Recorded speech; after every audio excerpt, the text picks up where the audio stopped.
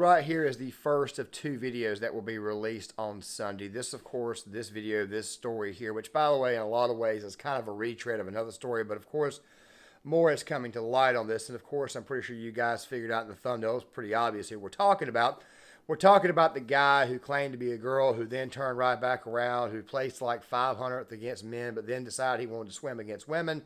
And of course, we're going to be talking about this here in a second. But the other video will be about the apparent, let's just say that we have downed another object off the coast of the United States, this time off the coast of the Aleutian Islands in Alaska. A lot of people don't even know where that is, but I'll be explaining in that video, which will be on Short Timer Prepping, which, by the way, I will be placing that link in the description box like I do in just about every single video now.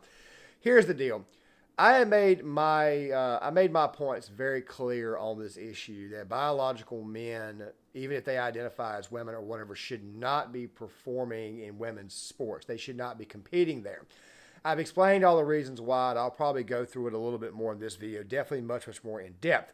But now you've got this story that this guy actually exposed himself, which, by the way, seemed to me to be pretty obvious, to the girls in there. Now, guys, I'm going to play this first part. We're going to come back. We're going to comment. Then we're going to play the second part, which was conducted on Newsmax a couple of days ago. But yes, it's kind of a retread because we actually had this information back in January of 2022. But for whatever reason, the news cycle, and of course, you're seeing some Daily Mail bits, and you're also seeing some TMZ bits, which, by the way, you're not allowed to use any videos from TMZ or else they will find a way to copyright claim you, which I think is ridiculous because how the hell else would you get the information out? But then again, at the same time, though, our mainstream media is not exactly what we call honest. And I've made my points known about Newsmax. I think Newsmax, for the most part, is just grifting off of Fox News viewers. But apparently this interview was on Newsmax.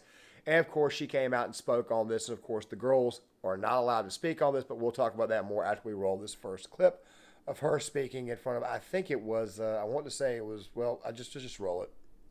The NCAA forced female swimmers to share a locker room with Thomas, a 6'4", 22-year-old male who was fully intact with male genitalia. Let me be clear. We were not forewarned. We were not asked for our consent, and we did not give our consent. If nothing else, I hope you can truly see how this is a violation of our privacy and how some of us have felt uncomfortable, awkward, embarrassed, and even traumatized by this. Now, gang, nobody is denying that gender dysphoria is not real. However, the problem is this here. William, which is what I'll refer to him, especially after the first 2 minutes of this video, he chose to identify as a girl, which, by the way, he still has all of his parts. I've had this issue brought to me on many occasions where it is that male swimmers would naturally have an advantage, not only because of the fact that they're physically stronger, not to mention they're physically built different, but also the fact that they don't have breasts. I don't say that to be a jerk, but women obviously carry those around, and obviously straight white males like myself, we obviously love those things. But that's not what this video is about. It's not about tatas. The thing you have to understand is this right here. There's obviously a certain advantage there that, quite frankly, men are going to have by not having those there.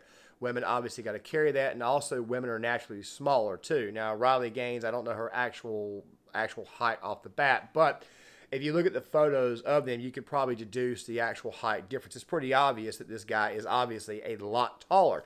Now, we could go through the reasons why. Now, I want to say it was Fallon Fox, and there was also another dude who took advantage of this entire scheme where even if you did get the hormone therapy, even if you did get your genitalia cut off and replaced, you would still have actual physical advantages over the girls. It's one of the main reasons why I don't think that anybody who's transgender at all should even be allowed to perform in any types of sports of what they're identifying as. I think the trans should probably have their own division if you're going to go that far.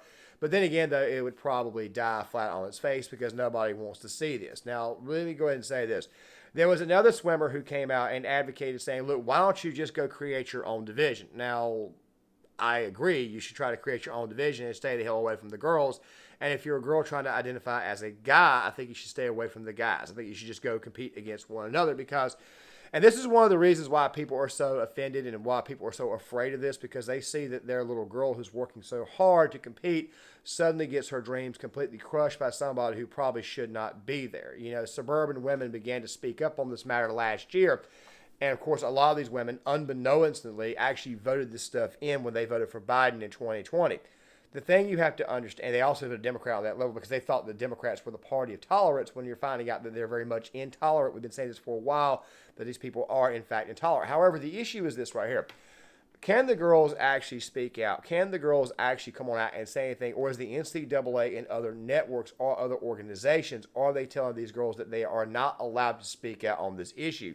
As I mentioned in the previous videos, but I did on the case of the purple hair girl, where everybody is suddenly getting banned for mentioning her. She's taking advantage of the system by getting these people banned for just simply bringing up something that, quite frankly, exposed her as nothing more than a lying grifter trying to get famous. By the way, I'm still waiting on Candace Owens' piece, even though I kind of insulted Candace Owens a couple of weeks ago. But I'm going to be watching that piece tonight to see if she actually took her to task, of course, on her podcast. I think she's supposed to interview, but still at the same time, they're getting back on topic. The thing is this right here. This issue is big for many reasons, and I understand that we're kind of retreading this issue, but at the same time, though, biological men should not be allowed to compete with women. But here's the problem, though. What happens when they go inside the locker rooms? Okay, it's one thing to have a separate locker room and then be in the same locker room. Now, these people, these girls are claiming, especially Riley Gaines, that he exposed himself. Now, like I said, this story was actually reported on earlier in 2022, but for whatever reason, the mainstream media did not want to bring it up. And we'll be talking a little bit more about that in the very next segment to kind of close down the video. But let me go ahead and roll the rest of this interview, and then we'll come back to it on the other side, because there's obviously some issues that people did not seem to get, which really started a long time ago. But let's go ahead and roll this. Hi, of course. Thank you so much. Hey, first off, I'm so sorry that the NCAA put you through that. I know in an interview this week discussing your experience and your advocacy, you said, quote, it's almost as if these large organizations are encouraging it to happen. Of these biological females who identify as female, the sharing their locker rooms with female athletes, why do you think they're pushing this?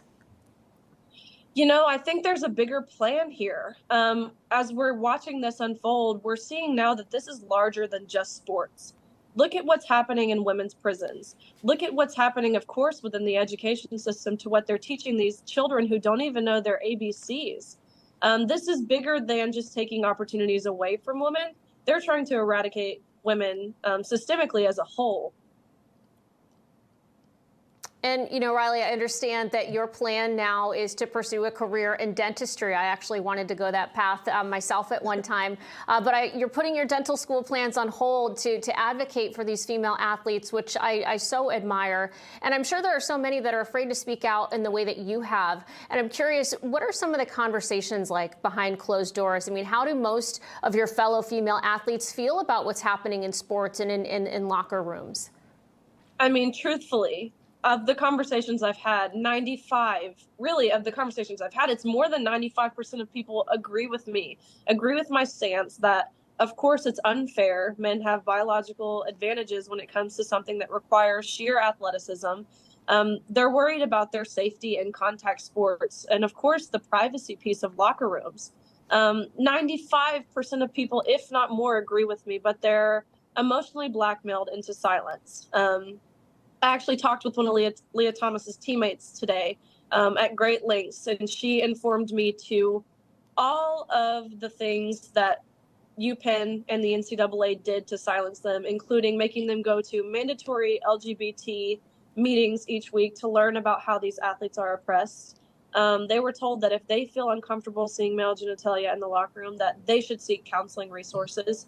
And so they were thought to be the ones in the wrong for being uncomfortable in that space, in that changing space where you're meant to be vulnerable. So the amount of people who fear retaliation is mind-blowing. Yeah. Now, ladies and gentlemen, girls typically tend to, at least in my experience, completely anecdotal take here, okay? Completely anecdotal take here. But then again, though, at the same time, though, the people who say the exact opposite of what I'm about to say are probably the men who have never really and truly, ever been in a relationship, ever been around women. Now, let me say this real quick.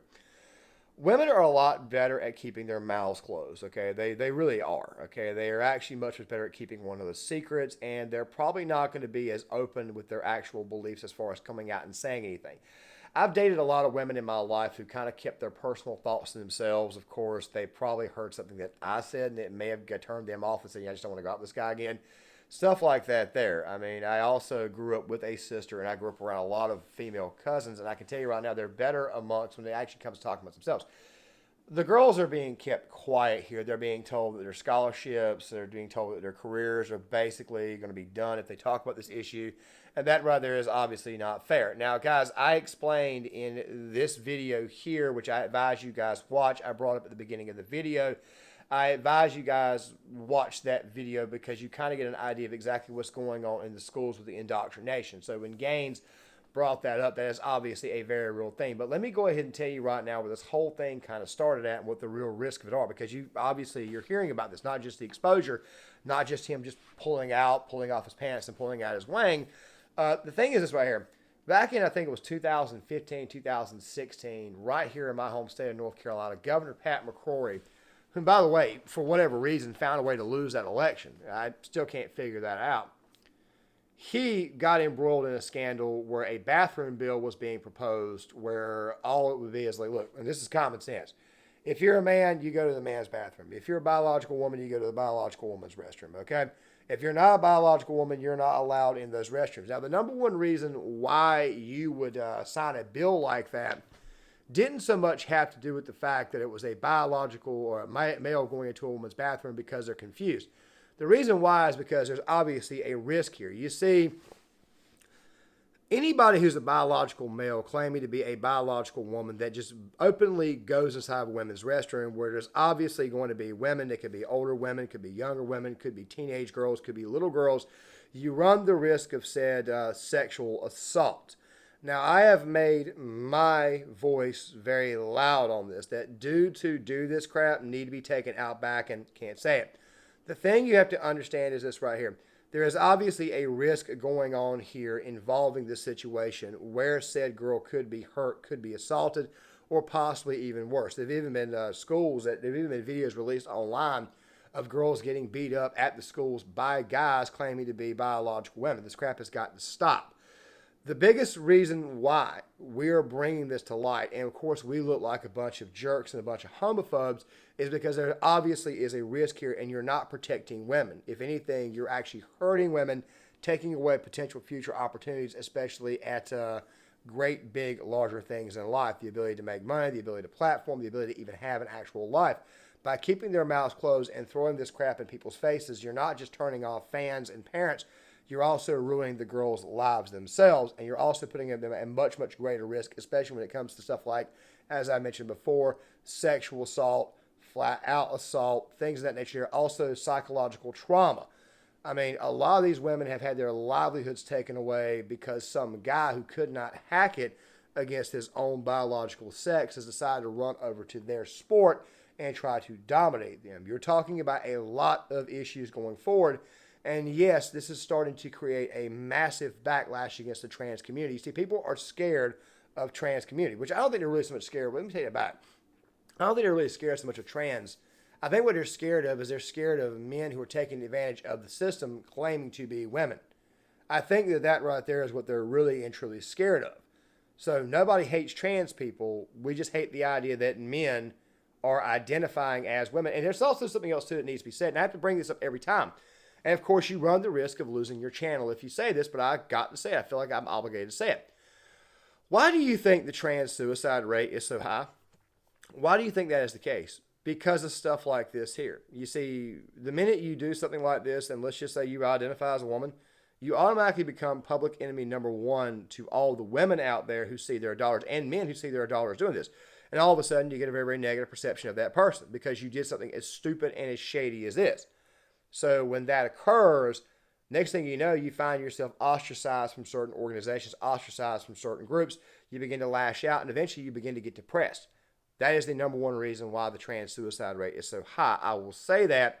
And of course, I can already tell you right now that some bigoted leftists who want me to conform may come in this comment section and say, you're just a friggin' homophobe. No. I'm actually trying to protect you from possibly doing harm to yourself and doing harm to others later on in the future. Guys, that's all I got for you today, which, by the way, this video will be released on Sunday. Of course, the other video will be coming out talking about the issue where we just shot down something over the coast of Alaska. We'll be talking about it on a short time of prepping. Make sure you guys hit that like button. Make sure you guys subscribe. Make sure you guys share this video. Also, sign up in the comment section. I want to get you guys' thoughts. And social justice warriors, piss off.